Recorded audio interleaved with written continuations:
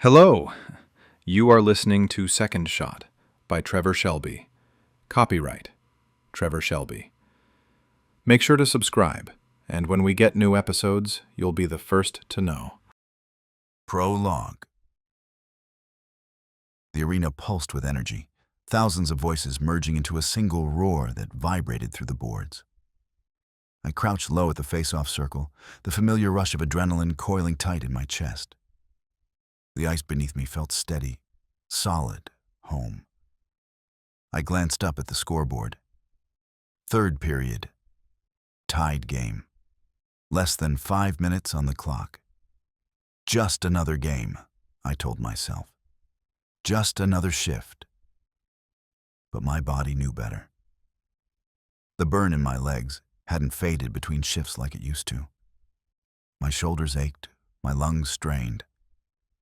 I adjusted my grip on my stick, shaking out the tension in my hands, willing myself to push through. The opposing center locked eyes with me. Younger, faster, fresh legs. I smirked, the old bravado surfacing, though a flicker of doubt gnawed at the edges of my confidence. Did I still have it?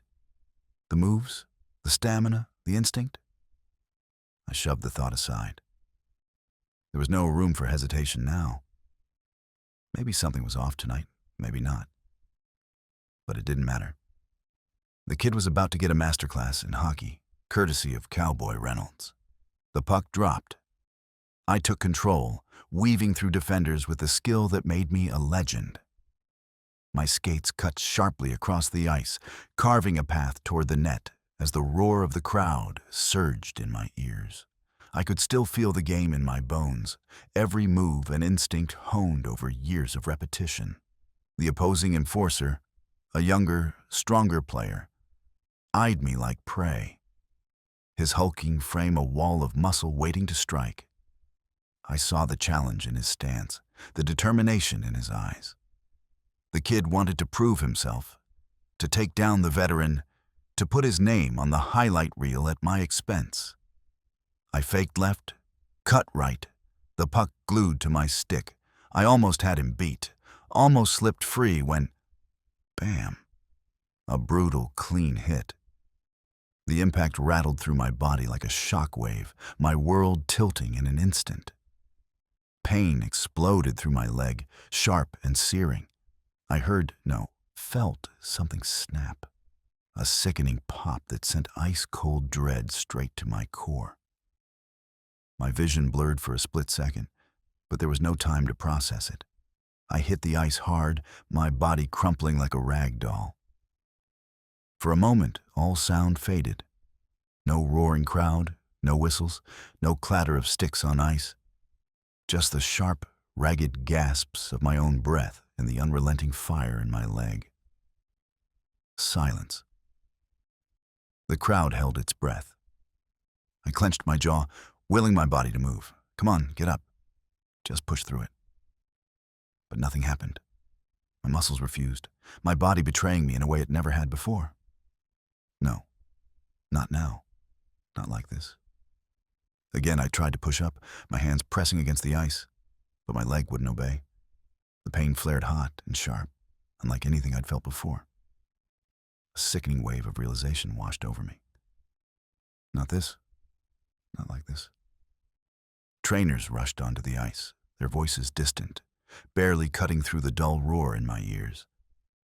A shadow moved beside me, and then a familiar voice, strained with concern. "Cowboy, you good? Talk to me." It was Matthews, my longtime line mate, dropping to one knee beside me. I swallowed hard, my pride warring with the pain.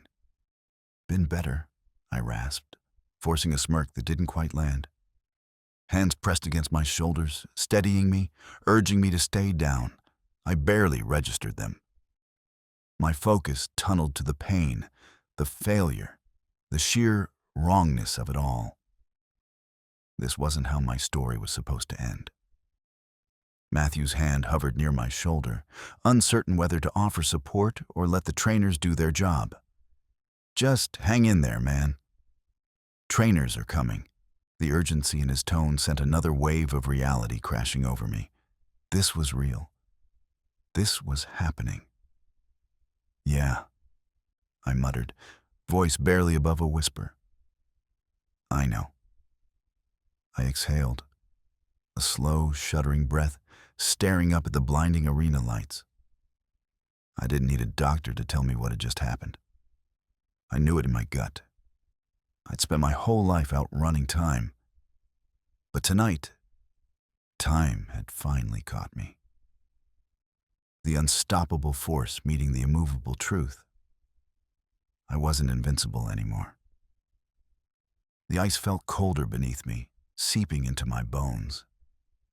The reality of it settled like a lead weight in my chest.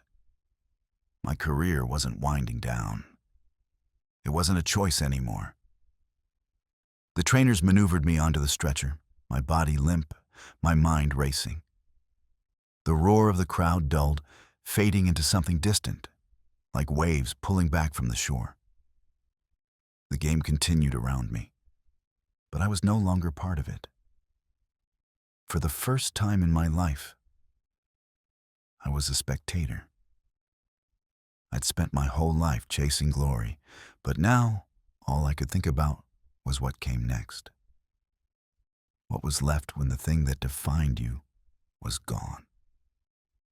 I sat on the bench, helmet off, sweat dripping down my face as the realization settled in.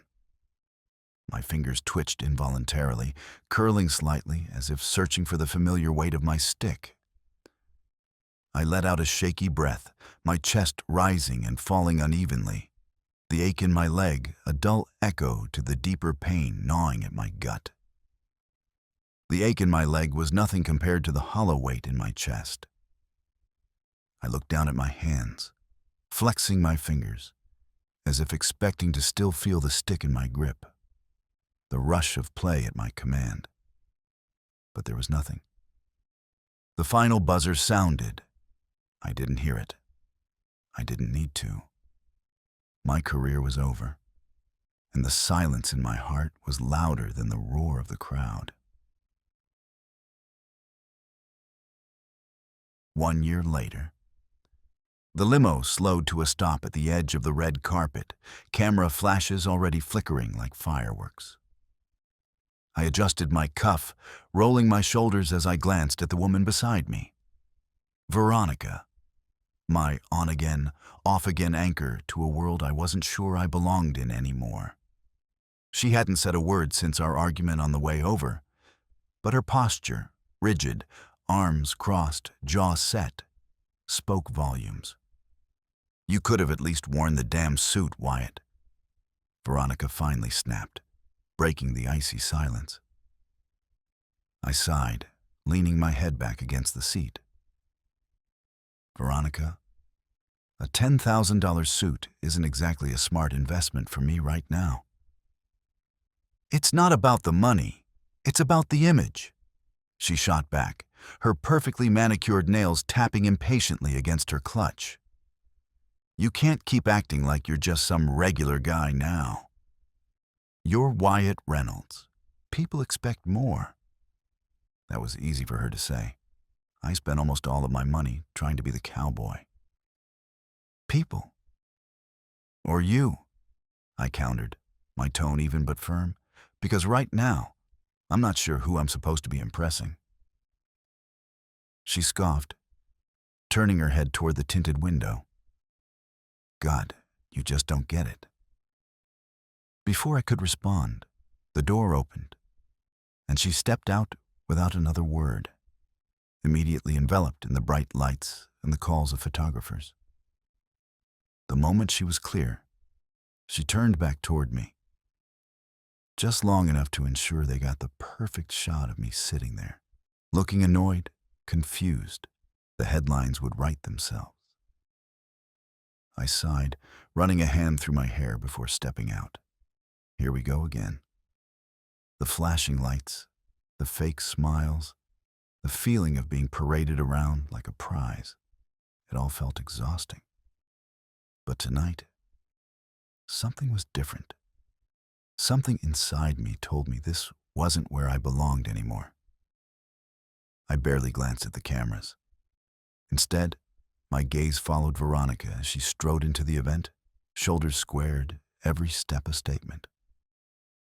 Once, I'd have followed without a second thought. Now, I looked down the red carpet at the woman I used to love, then exhaled sharply, adjusting my cuff with slow deliberation before turning the other way. The voices of the crowd carried beyond the press line, calling for the bigger stars, the ones still in their prime. Not many were watching me. Not anymore. I lingered for a moment, listening to the distant hum of excitement, the rapid flashes illuminating the red carpet behind me. It felt like a different world, one I no longer belonged to. I adjusted my jacket and exhaled slowly, letting the weight of the moment settle over me.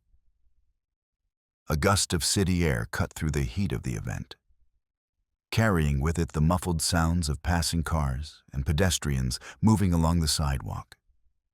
I turned toward the street, where a small crowd had gathered beyond the velvet ropes, watching the spectacle unfold.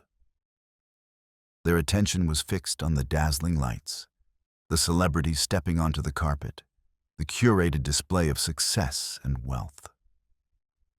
But as I took a step away, my limp noticeable but steady, I felt something shift inside me.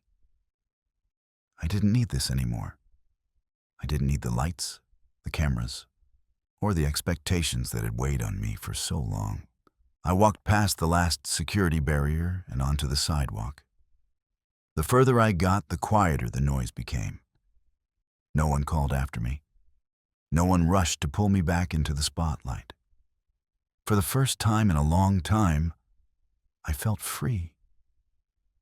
A weight I hadn't even realized I'd been carrying lifted from my chest, my breath coming easier. The tension in my shoulders eased, and as I took another step forward, the cool night air wrapped around me, crisp and clean. I flexed my fingers at my sides, grounding myself in the sensation of movement, real, unforced movement, away from everything that had held me back. A slow, exhaled breath steadied me, and for the first time in what felt like years, I wasn't looking back. It was time for a change. It was time for something new. Chapter 1. Old bruises, fresh ice. The steering wheel vibrates under my palms as my pickup rattles over another pothole.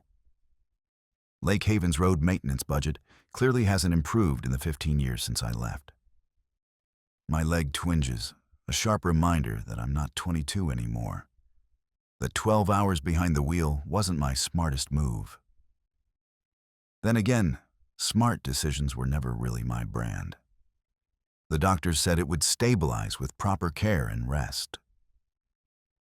Yeah, right. What they meant was, congratulations on your new weather vane, because this bastard's going to ache every time the pressure drops. At least it's better than their other favorite line. You should consider yourself lucky, Mr. Reynolds. Lucky? Right. Because every kid dreams of ending their NHL career face down on the ice at 34. My truck crawls past Old Miller's, except it's not Old Miller's anymore. The peeling white paint and rusty gas pumps have been replaced by chrome and corporate logos, all clean lines and LED price displays. The air doesn't smell like burnt coffee and motor oil anymore. Instead, there's the antiseptic gleam of fluorescent lights and standardized efficiency. Well, well. Look who finally crawled back home. I actually glance around the cab before realizing it's just my own voice, bitter and amused in equal measure. Christ, I'm talking to myself now. Veronica would have a field day with that. Probably book me a session with her favorite life coach or whatever the hell rich people do when they're processing trauma.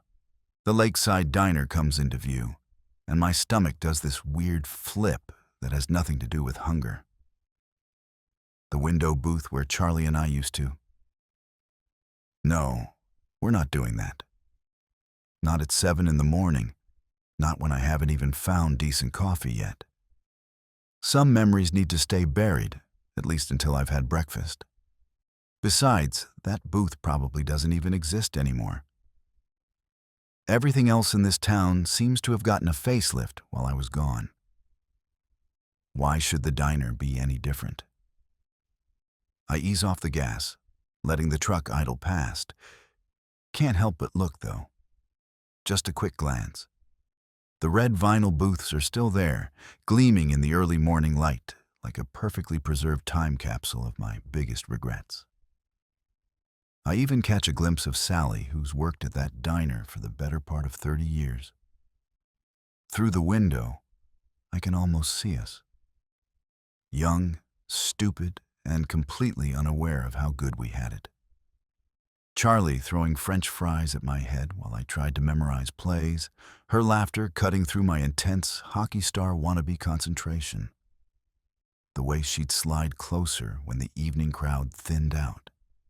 How her hand would find mine under the table, her thumb tracing patterns on my palm that made it impossible to focus on anything else.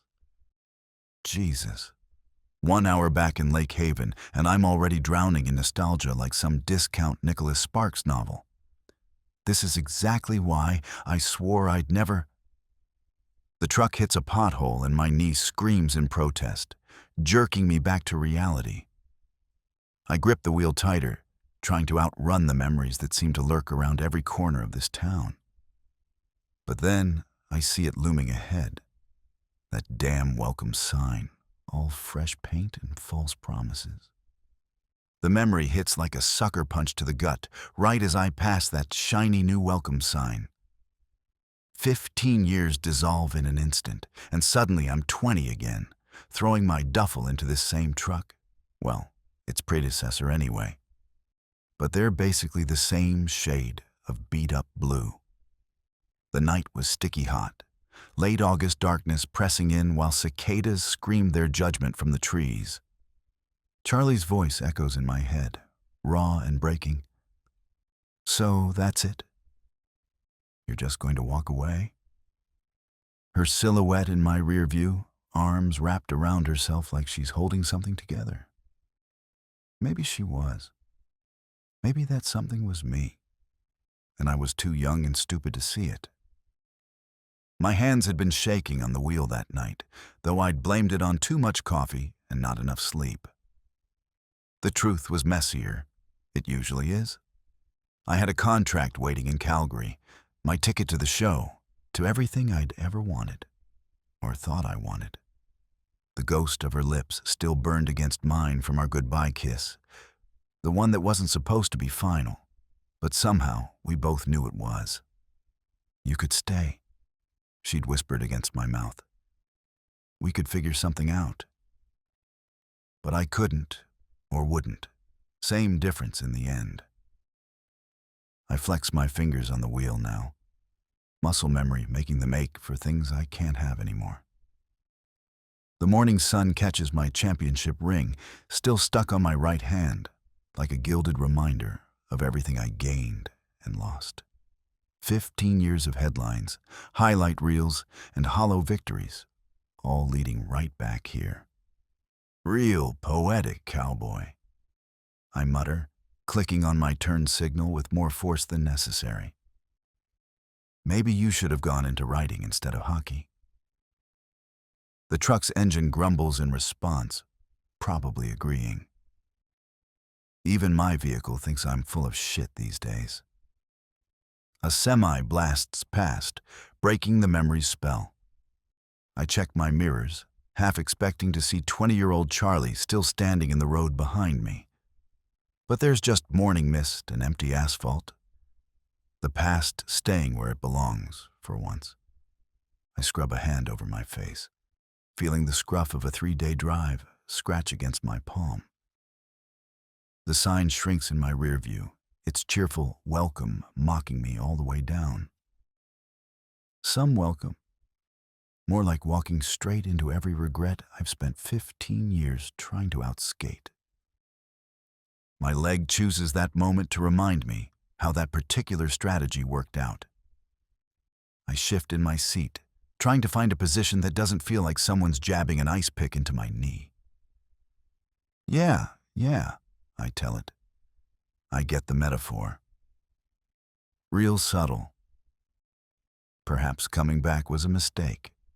The gravel lot of Henderson's Hardware crunches under my tires as I pull in. The sound exactly like I remember. That specific crackle pop of northern lake country stone. The building's as weathered as ever, all sun-bleached wood and rusted tin roof signs advertising feed prices that probably haven't been updated since I left.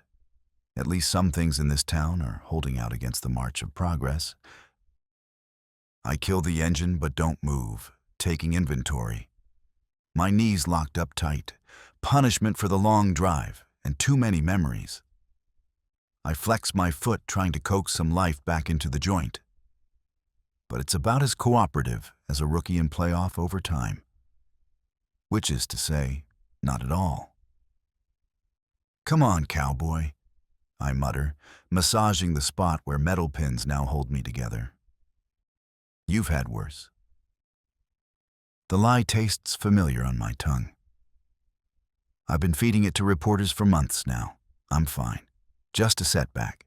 You haven't seen the last of Cowboy Reynolds. But here, in the early morning quiet, with no cameras rolling, it falls flat. The old screen door creaks open, and a blast of warm air carries the smell of leather, grain, and decades of agricultural commerce. The bell above the door chimes the same tinny sound it's probably made since the 50s, and for a split second, I'm 17 again, picking up supplies for my uncle's ranch, full of dreams about making it big and getting out. Well, holy shit. The voice stops me cold.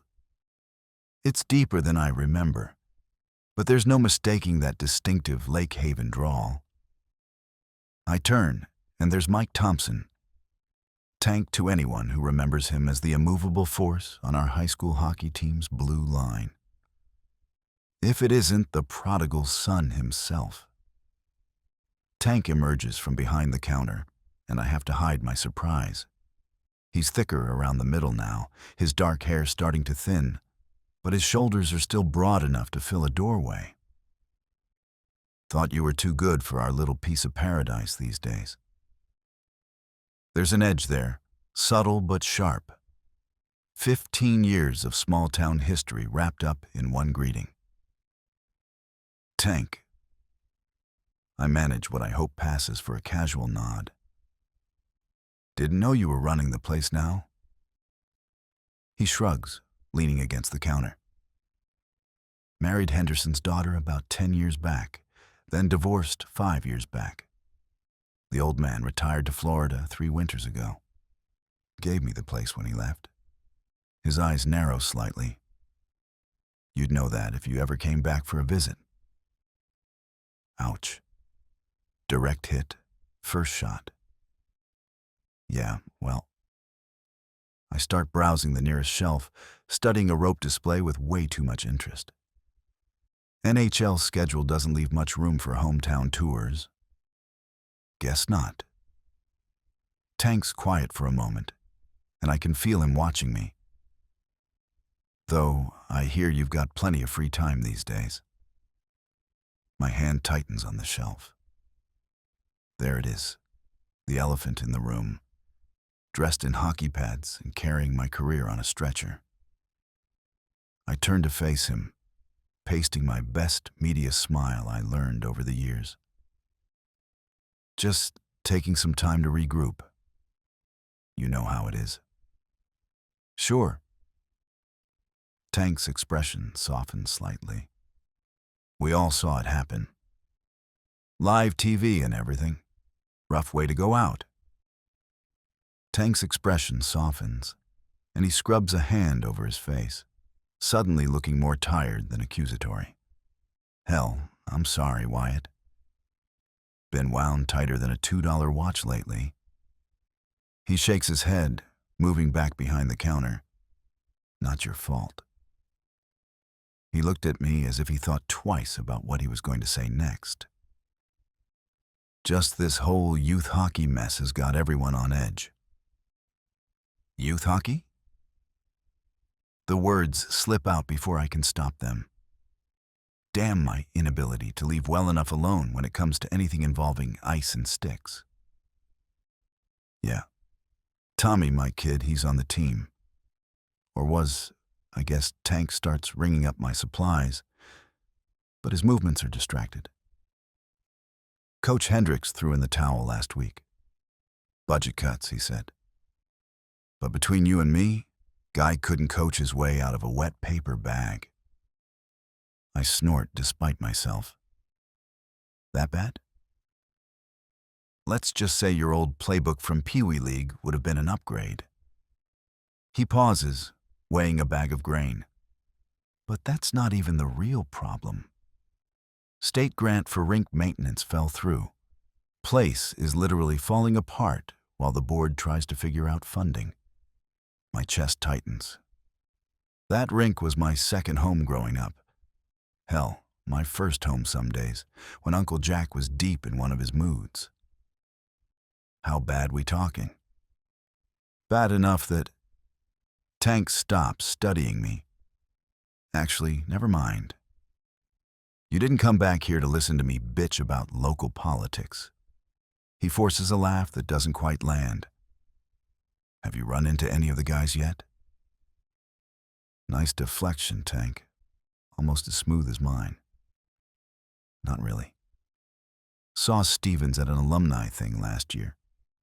He's coaching juniors up in Manitoba. I lean against the counter, careful to keep my weight off my bad leg. What about here? Anyone else stick around besides you? Few of us. Martinez runs the bait store now. Williams married his high school sweetheart, got 5 kids. Tank's fingers tap an irregular rhythm on the counter. Charlie's still here too. And there it is.